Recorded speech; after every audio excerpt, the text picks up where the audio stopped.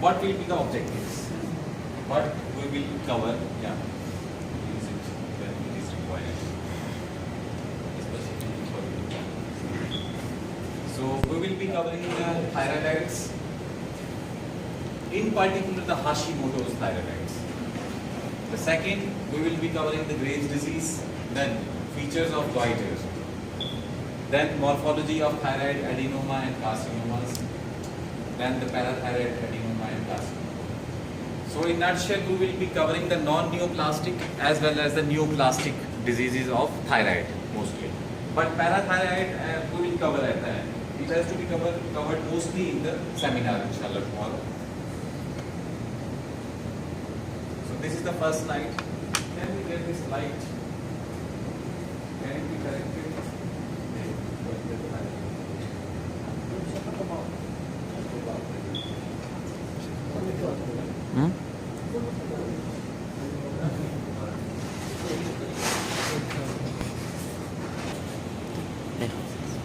So this is the Hashimoto's thyroidites, the first one. There are many types of thyroidites. Anybody knows about the many types of thyroidites?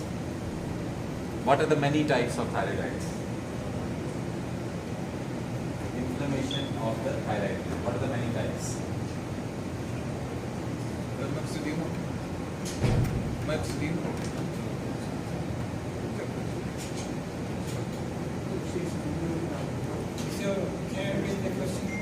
Yeah. What are the many different types of thyroidites?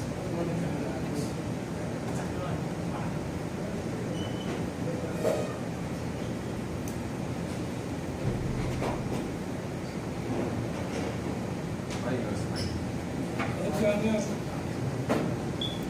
Autoimmune. Okay. So broadly speaking, you can classify the thyroidites into three: acute, subacute, and chronic. Any sort of inflammation can be acute, can be subacute, or can be chronic. If you keep on smiling, I will note down your name and I will go to the deep. Last warning. I don't want this sort of behavior in the class. It's okay when all of us are smiling, but it's not a routine.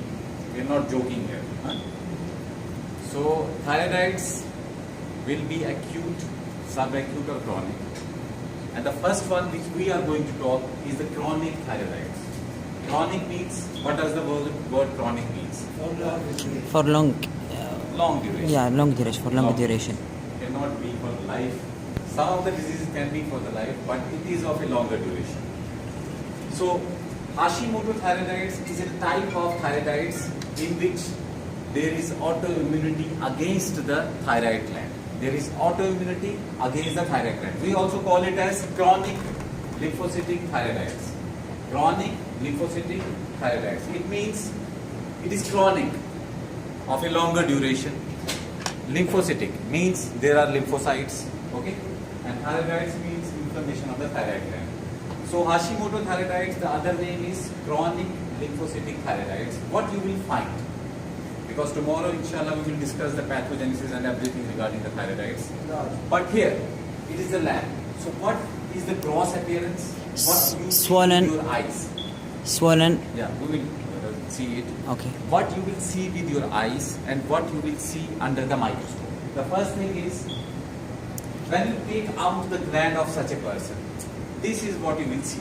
It will be symmetrically enlarged gland. Symmetrically means Yeah, both sides. Good. So there will be symmetrical enlargement of the gland. Both sides are enlarged, pale grey tan in color, and the capsule will be intact. The capsule will remain intact. Although the gland is enlarged, but the capsule covering it will remain intact. It will not break. Okay. And when there is more and more destruction, what will happen? Late stages there will be atrophy. Because eventually the lymphocytes will come, they will, cause an immune response against the follicles. And these follicles will be destroyed. When the follicles are destroyed, there will be atrophy of the gland. So it will be in late stages, it will be reduced in size. Initially big, later on small. So this is the gross appearance. Symmetrical enlargement of the gland along with intact capsule. Okay? And pale grey tan in color. what you will find microscopically now? What is important microscopically?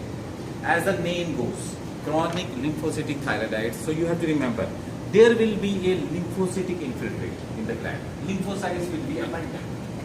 Sometimes there will be so many lymphocytes that the germinal centers will be formed, just like in the lymph node. Germinal centers you will get. So here, can you see this portion? This portion. So these small black color, all lymphocytes. It is filled with lymphocytes. And in the center here, there is formation of a germinal center. This. Look this area and this one. How you can differentiate between the germinal center and the lymph node? Look, all lymphocytes. But in the center, this area is a bit lighter, giving a lighter color, separate from this one. Somehow, because this is the center, so this is the germinal center. You can find in a lymph node this one, but in Hashimoto's also. There is so much proliferation of the lymphocytes, even germinal centers will be formed. So lymphoid follicles with germinal centers, and there will be destruction of the follicles. Can you find follicles anywhere? Thyroid follicles? No. You cannot find, because the whole gland here is infiltrated by the lymphocytes and it has destroyed the follicles. But some of the follicular cells, they can undergo one change. It is called Hurthal cell change. So these follicular cells become enlarged, acquire eosinophilic cytoplasm, and this is the appearance. Can you see? Enlarged eosinophilic cytoplasm. So these are called Hurthal cells. These are Hurthal cells. All these. This portion is containing the Hurthal cells. This is the reaction to the injury basically. These are the thyroid follicular cells which will respond to the lymphocytic injury. So you will find lymphoplasmacytic infiltrate 1. You can find germinal centers 2. You can find destruction of the thyroid follicles 3. And 4, Ashkenazi or Hurthal cells. Ashkenazi or Hurthal cells. These are the findings. Now again, here you will see this portion again containing a lymphocytic infiltrate, and here it is lighter. So this is the germinal center. Here you can find some of the follicles. So they are being destroyed. Here destruction has already occurred. So it is occupied by the lymphocytes. But here lymphocytes are infiltrating and they will destroy the follicles. So here this is a follicle which contains colloid. This is a follicle which contains colloid. So these are small follicles containing colloid. Okay, in the center. Is this clear? Yes.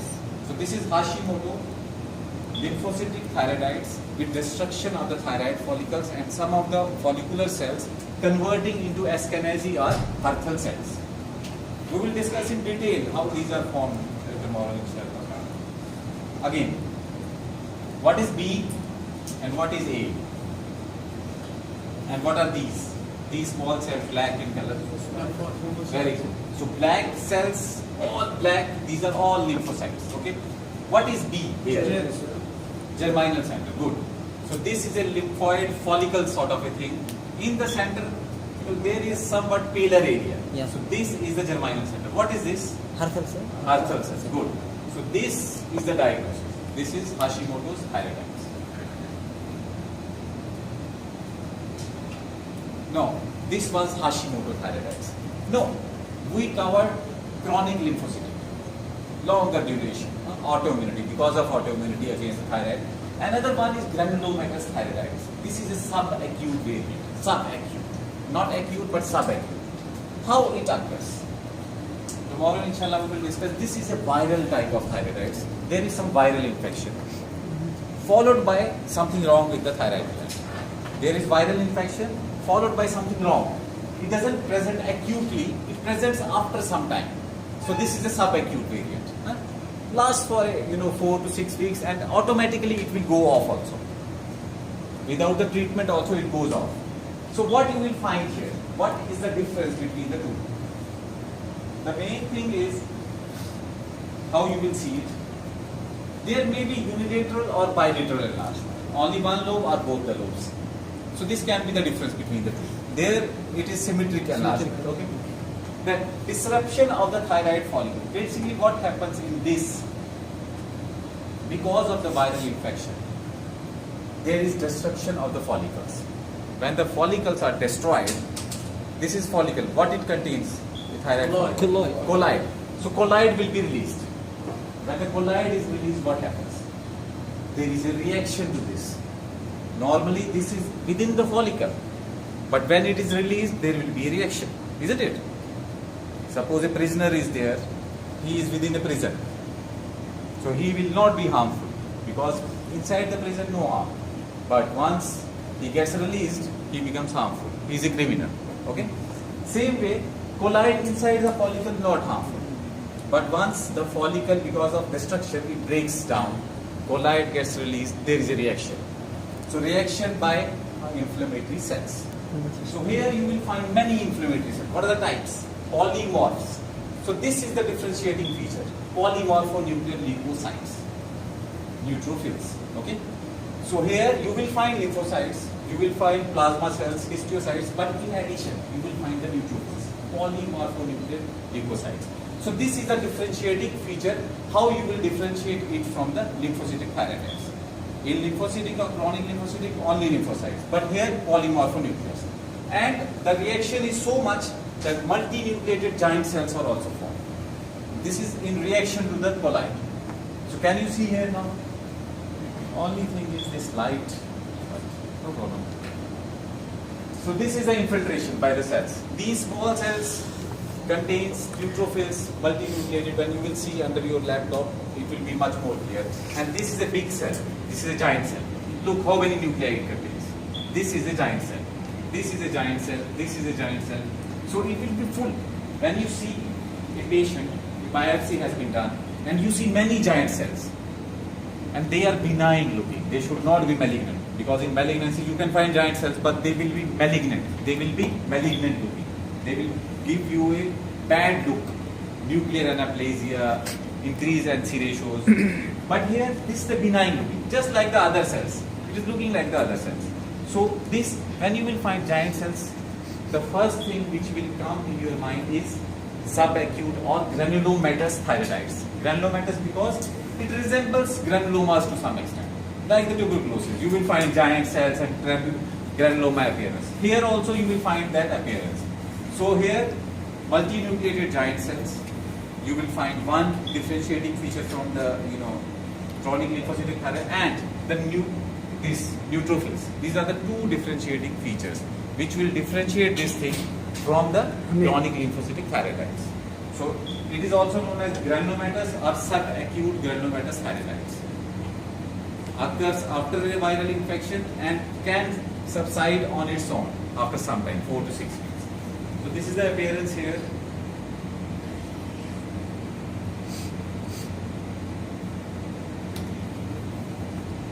Another one, lymphocytic thyroiditis. So that was chronic lymphocytic. This is subacute lymphocytic. Subacute. Again, subacute granulomatous we discussed. The previous one, what was it? Yeah. The first one, Hashimoto, was chronic lymphocytic. Okay. Second one is subacute but granulomatous. Subacute granulomatous. This is also subacute but lymphocytic. Subacute lymphocytic. What you will find here? No neutrophils. You will find a lymphocytic infiltrate. Okay. Lymphocytes because of the name.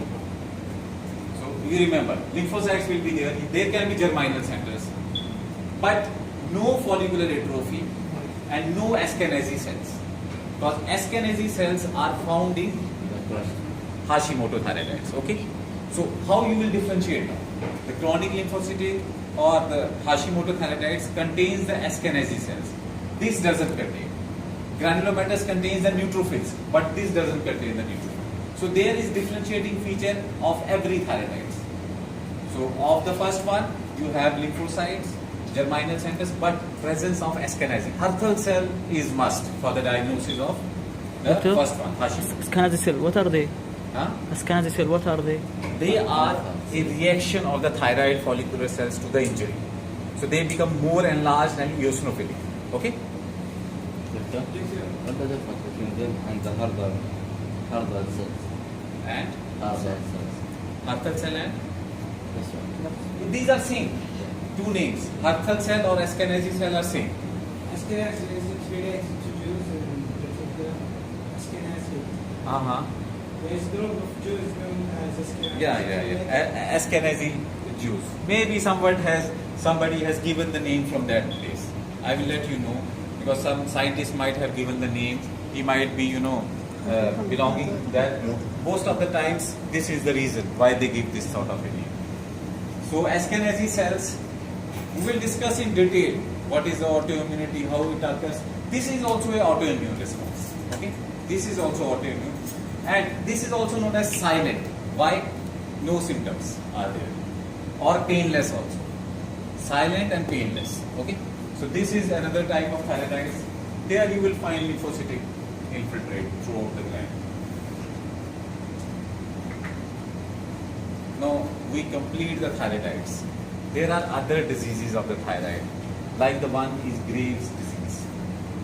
Now don't ask who was Graves. I will tell you tomorrow, inshallah. Ashkenazi, Graves, everybody, because these are the names. These are the scientists or the doctors who have given, who were the first to recognize these diseases. Okay. So Graves' disease, what you will find? What is Graves' disease? Diffuse enlargement of thyroid. Diffuse toxic adenoma. Huh? Diffuse toxic adenoma. Another type. No, This diffuse. is a sort of hyperthyroidism. Okay. So again, we will discuss tomorrow. This is autoimmune. Diffuse toxic goiter. Yeah, diffuse toxic goiter. So it will be confusing now. It will confuse you. Yeah. People, huh? So Graves' disease, remember, it is a sort of hyperthyroidism which will cause thyrotoxicosis. Increased levels of the thyroid hormones. How it occurs? Tomorrow we will discuss what are the findings in the lab. This is also an autoimmune disease. What are the findings in the lab? Can you see this? No. So there is enlargement. Yes. Okay. So diffuse and symmetric enlargement. Both the lobes are enlarged. Okay. Diffuse and symmetric enlargement. And there is redness. There is redness. This is called beefy, deep red parenchyma. Because of increased blood flow through the gland. Because of increased blood flow through the gland, this is also known as beefy. You know beef? Yeah. Beefy, deep red parenchyma. So this will be the, so it will be having beefy red appearance. So this will give you an indication there is more vascularity in the gland. So this happens in the Graves' disease. What you will find now here? These are all thyroid follicles. This is thyroid. This is a thyroid follicle. These are the lining epithelium, which is lining it. What will happen to it? The thyroid follicular cells will become tall and columnar. Tall columnar epithelium. This is one feature.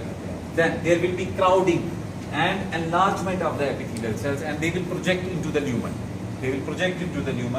What they will do? These cells will actively resorb the colloid. They will resorb the colloid, leading to this appearance. This is called scalloping. Empty spaces adjacent to the cells. This is scalloping. This one. This is empty space. Normally you won't find this thing. There will be colloid. It will be in direct contact with the cells. But here there is resorption of the colloid. The cells take the colloid back.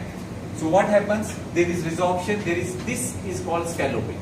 This empty spaces are created, between the cells and the colloid. So now the gland will be symmetrically enlarged with beefy red parenchyma. On gross examination, when you cut the gland, you will find follicles. Follicles will be lined by tall columnar epithelium.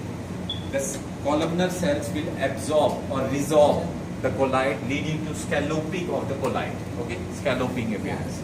Laminar because of increase of thyroid hormones, because the normal shape Is cuboidal. Here they will become, it's a sort of hyperplasia, hypertrophy of these cells. So they become enlarged, columnar in shape, and are more in numbers. And I will show what will happen when they will go into the lumen. Again this in the center is the faint colloid, and this is called scalloping because of resorption of the colloid. So this is a follicle. Okay. Again, the Graves' disease, what will happen now? This is associated with the hyperplasia. So there will be prominent infoldings going inside the follicles. But what is the difference now? Prominent infoldings and papillae but without fibrovascular pores. When you will find a papillae, you know the definition of a papillae? What is papilla? Nodule. What is papilla? It's like nodule. Finger-like projection. Yes. Very good. Finger-like projection containing line. The exact definition is finger-like projections lined by epithelium having fibrovascular core. So you should have a fibrovascular core. Fibrovascular means fibrous tissue in the core along with blood vessels. Okay? But here you will find papillary enfoldings inside but no fibrovascular core. So this is a sort of pseudopapilla, isn't it? Pseudopapilla. So you will find prominent enfoldings, they will go inside, but you will not find here. No cores are there. So this is the difference. Papillae which lack the fibrovascular cores. This is a Graves' disease. Basically, this is a sort of hypertrophy and hyperplasia of the thyroid gland. They will acquire Finger-like more, projection. more in numbers Finger-like and acquire more columnar shape. And there will be enfoldings into the lumen, but without fibrovascular cores. So these are the findings. Again, colloid resorption, and this is papillary epithelial hyperplasia.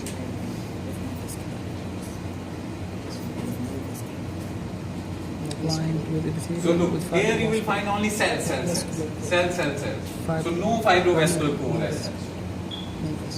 بالحالة ما vascular. هي الأصل تعريفها. So this was the Graves' disease, which is the enlargement of the thyroid gland, which we discussed. And this is hyperplasia and hypertrophy of the thyroid epithelium. Now we will discuss the goiters. What are goiters? Multinodular goiter. Pellamard disease. Huh? Pellamard disease. Pellamard. Pellamard disease. Yeah, I will tell you. Goiter is basically the enlargement of the thyroid gland. How this enlargement will occur? It can be due to iodine deficiency. One, iodine deficiency. We will discuss the pathogenesis tomorrow, because if I start discussing now, then it will be a difficult task. It will take much more time, and we have to go to the lab also. So it is basically, goiters are enlargement of the glands.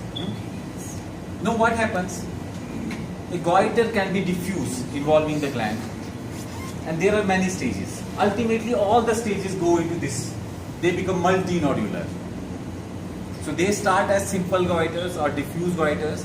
Ultimately many nodules are formed. This is the process, ongoing process. Both sides. Yeah, on both sides. Mostly it will be the diffuse and multinodularity involving both the lobes of the thyroid. So this is the appearance. Thyroid gland enlarged, having multiple lobes, big lobes. So this whole is the thyroid gland which has been enlarged.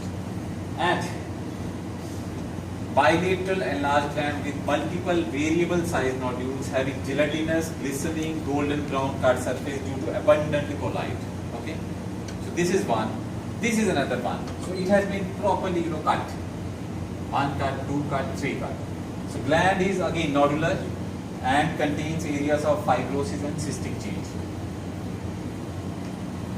Can you see here this one? This is a cystic change. There has been change. This one here. So maybe these cysts are filled with colloid also. So colloid gives a gelatinous appearance, brownish gelatinous appearance. There is brownish and gelatinous appearance. So all these glands, the gland will be multinodular. Multiple these nodules will be present. When you cut these nodules, you will find multiple areas. Some fibrous areas, some cystic areas. Some of the areas may contain the colloid also. So these are the findings in multinodular goiter. And what you will find when you cut it. So the difference between the Graves and this. Graves, columnar epithelium. Here, which epithelium here? Scums. This is almost flat. So cuboidal or flat epithelium.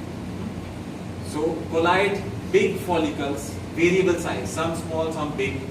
Colloid filled with the colloid, and here no scalloping. Can you see the scalloping? Empty spaces here. No. So go back, see the scalloping. The colloidal. Yeah. This is the scalloping, okay? And this columnar epithelium. Yeah. scalloping, columnar epithelium. Now see here, this is Graves' disease, this is colloid goiter. So here, colloid filled and flattened epithelium. No scalloping is there. This is how you differentiate between the Graves' disease and the multinodular goiter. And follicles are variable sized, distended with colloid and lined by flat inactive epithelium. Stroma may show fibrosis and hemorrhage. Here if you see in your laptop, because light is there, so there will be reddish areas. The reddish areas signify hemorrhage. They will be containing the RBCs. And there is some fibrosis also here, and these are the follicles. These are follicles. So variable sized follicles lined by flat epithelium and containing areas of hemorrhage and fibrosis. So this is what you will find in multinodular goiter. So differences between Graves' disease and multinodular, both will cause enlargement. Mostly Graves' disease, there will be diffuse enlargement. But in goiters, there can be diffuse, simple or multinodular enlargement. Okay? And microscopically, you will differentiate. There will be scalloping and columnar epithelium, but here there will be flattened epithelium and no scalloping will be there. Now we finished the thyroidites, we finished the Graves' disease and multinodular goiters. Now coming to follicular adenoma. Now we will discuss the adenomas and carcinomas of the thyroid gland. Adenoma and carcinoma. Follicular adenoma. He is thinking just like the adrenal adenoma. No, we had it last year. This Yes, sir. Where? We had we it. had it. At Maybe- growth. Growth and okay. Yeah, growth. Good. You remember that is a good thing. Yeah. So this is The very thyroid sweet. adenoma. Okay? A variety of follicular adenoma. Why the name follicular? Any guesses? Follicular. Why we call it follicular adenoma? Follicle cells. Resembling the follicles. There will be follicles in this. Huh? So these adenomas are solitary, well circumscribed and well encapsulated. There is a proper capsule which surrounds it from the, this is the surrounding parenchyma. This is the parenchyma, okay, this one. Thyroid, normal parenchyma, this is the adenoma. So solitary, well circumscribed and well encapsulated. What you will find now here? Solitary spherical lesion that compresses the adjacent non-neoplastic thyroid. Which is the neoplastic and which is the non-neoplastic? Upper one is the neoplastic. Because this has been compressed. Look, compressed. This one. As if this is compressing. They have become elongated, the glands. So this is the non-neoplastic thyroid. It has compressed this one and this is the neoplastic. It is compressing it. So non-neoplastic and neoplastic. Okay. What you will find now? You will find follicles. Just like in normal thyroid gland. So you will find well differentiated follicles which resemble the normal thyroid parenchyma but somewhat having a distinctive histological pattern. Not exactly like the thyroid parenchyma. Thyroid parenchyma, it is not the exact one, but follicles are there. So that is why you call it as follicular adenoma.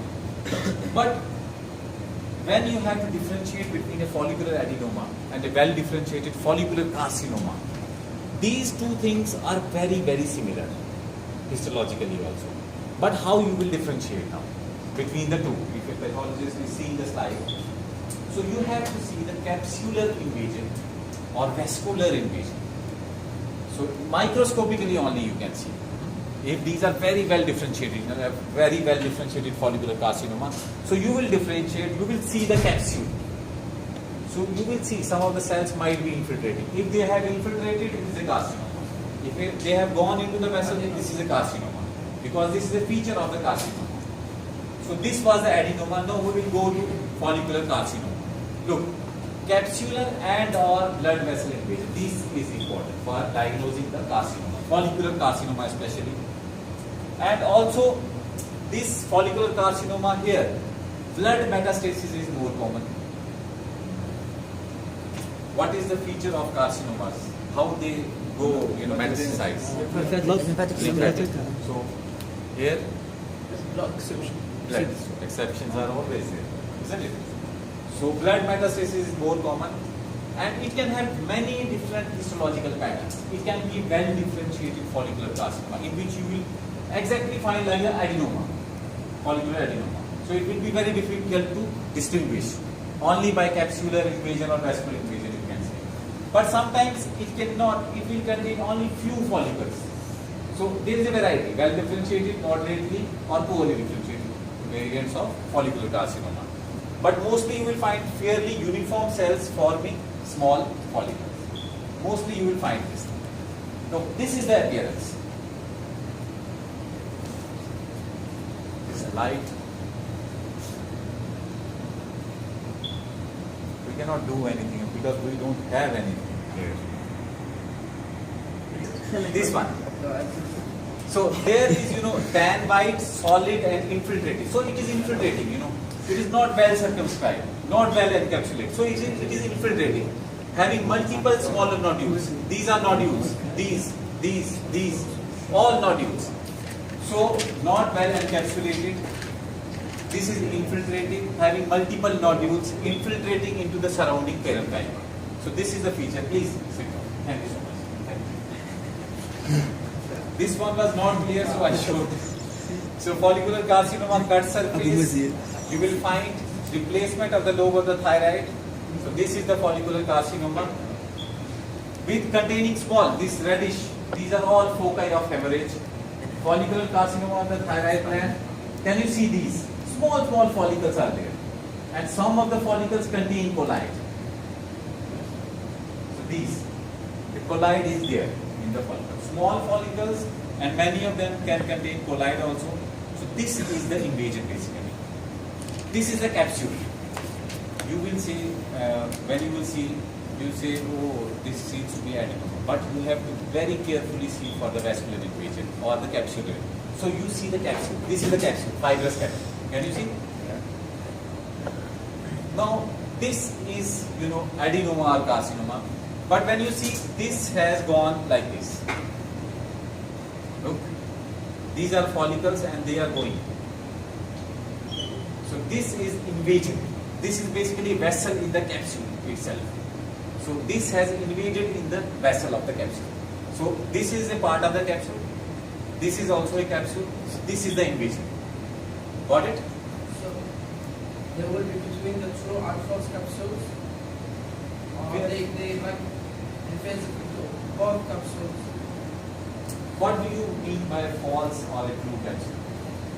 And actually we talk for like thyroid, we have two capsules. Okay. True and false. Okay. What is the difference?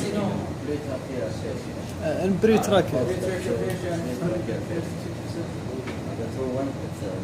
Which is attached to the thyroid is the true one, and false one? بريتراكيا Tracheal fascia. So what do you think should be there? So my question is, do they invasive in both or only the? I will tell. Look, when you hear, that is about the normal which you are talking about. Got it? When we are talking about the normal, that anatomy is the normal things which we will find. Here in adenoma you will have a capsule. And mostly it will be derived from the first capsule. That is the true capsule. Isn't it? Yeah. So it will be the, we have to see the first capsule, the true capsule. So there is invasion here. So this is the vascular invasion inside the capsular blood vessel. So this is invasion inside the capsular blood vessel. This is a capsule, this is also a capsule. Basically what you got, because you were thinking that this is one capsule, this is another. Like this. So maybe, but this is invasion.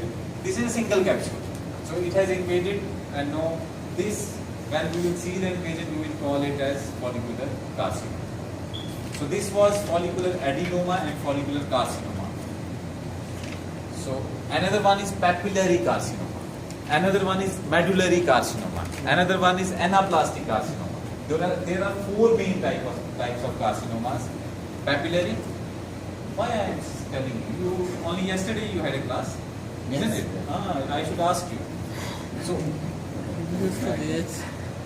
good chance. Good. So what do you mean by papillary carcinoma? I will see how much you remember. Orphanani. Okay, good. Main feature. Main. papillary carcinoma. Main feature. What will be the main feature of this carcinoma? Main feature. From the name itself. Papillae. You will find papillae. Papillae. These will be true papillae. Okay. Containing the fibrovascular core. This is how you will differentiate it from the Graves' disease. That is a hyperplasia, but no fibrovascular. Here you will find the fibrovascular cores. And these are the papillae. Second thing is very important, orphan Anne nuclei. What do you mean by orphan Anne nuclei? It's like a character. Hollow, empty. Yeah. Hollow, empty nuclei. Okay? And you can have intranuclear inclusions also. Intranuclear grooves, intranuclear inclusions inside it. So we will go here. So, grossly, this is a big carcinoma. I don't have this sort of carcinoma inside the lab. Only small one.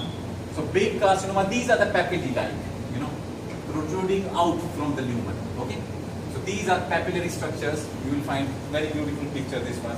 So, discernible papillary structures. You can easily see these are papillae projecting outside.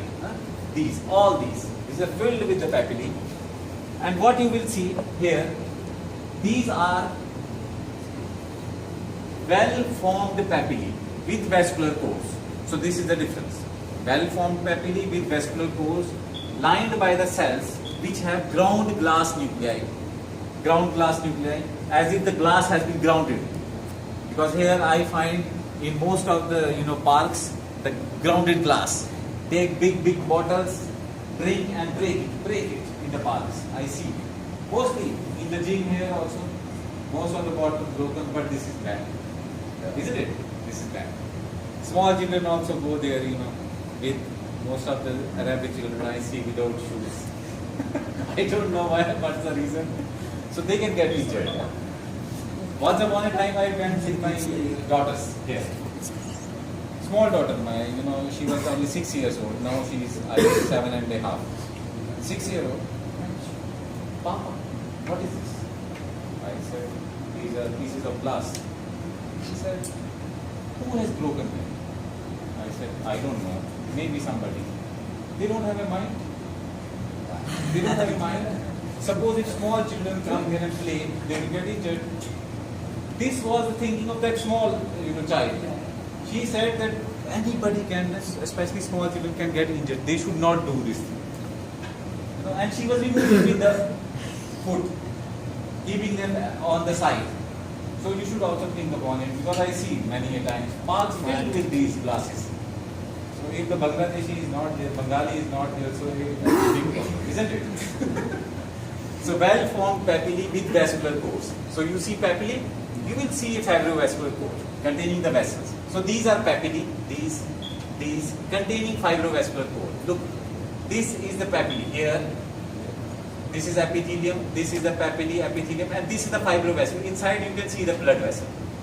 So fibrovascular cores containing the papillae with fibrovascular cores containing the nuclei. They are ground glass, having nuclear grooves or intranuclear inclusions, and we call them as orphan Anne nuclei. So this is papillary carcinoma. This is the medullary carcinoma. This is the last slide, I think so.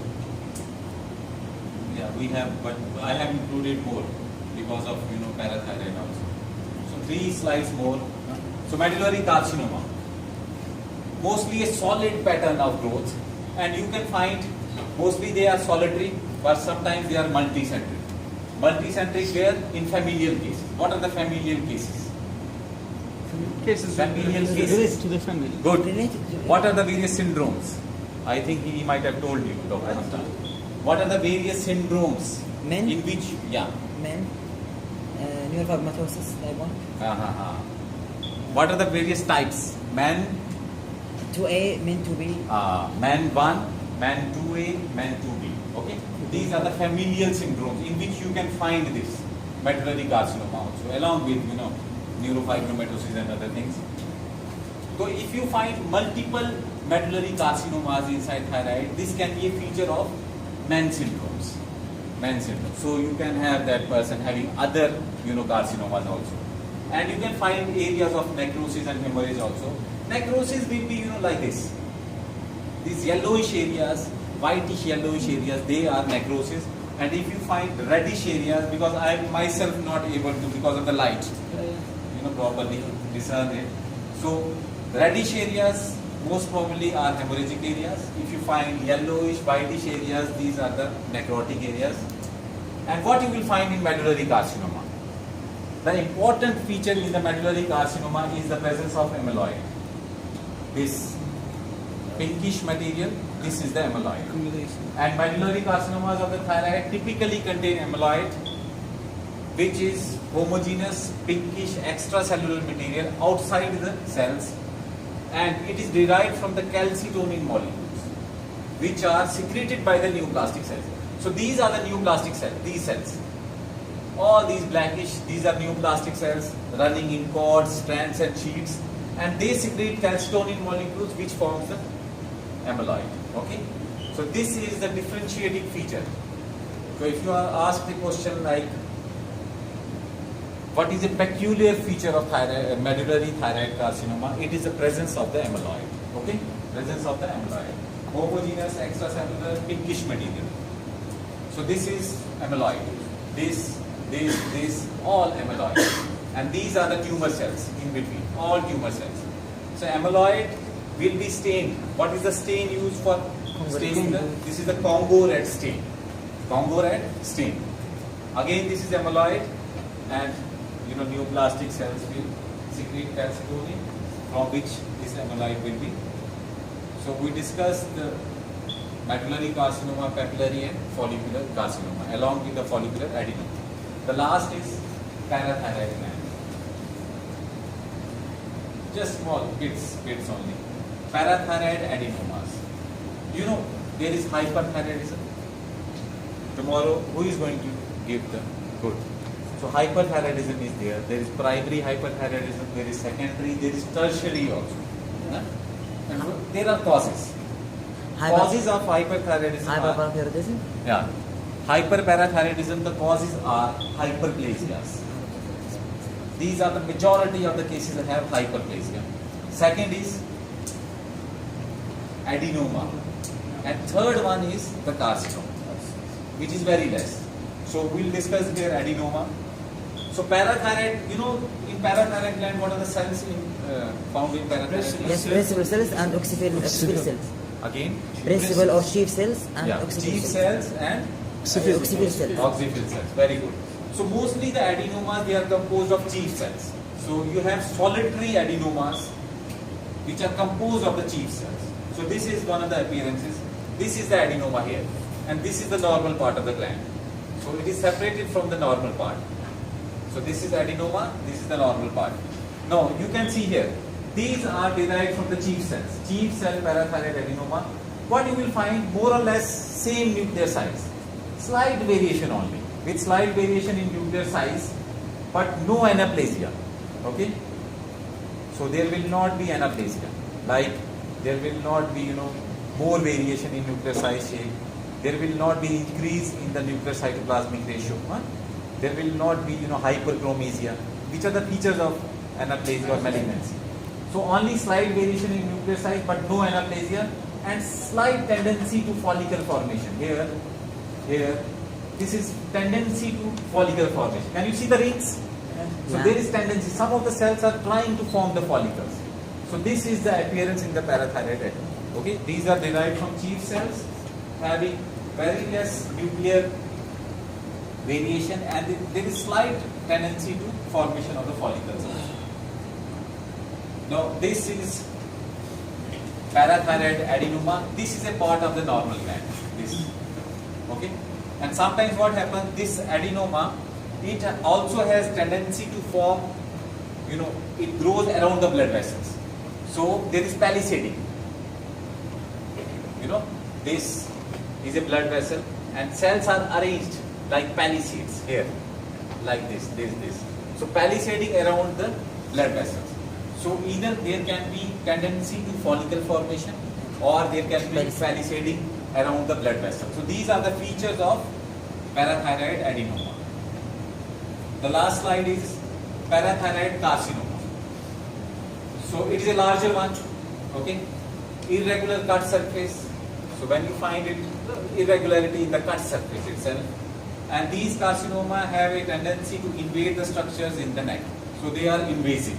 They will infiltrate and invade. So this is the parathyroid adenoma, normal part of the gland, this one. And histopathologically, what you will find? Parathyroid carcinoma with blood vessel invasion or arrow. Where is the arrow? This one. Because of the light. So this is parathyroid adenoma, okay? This is parathyroid adenoma, and this is a blood vessel basically. So it has invaded inside the blood vessels. This is how you will suppose a parathyroid adenoma resembles the adenoma cells. Okay?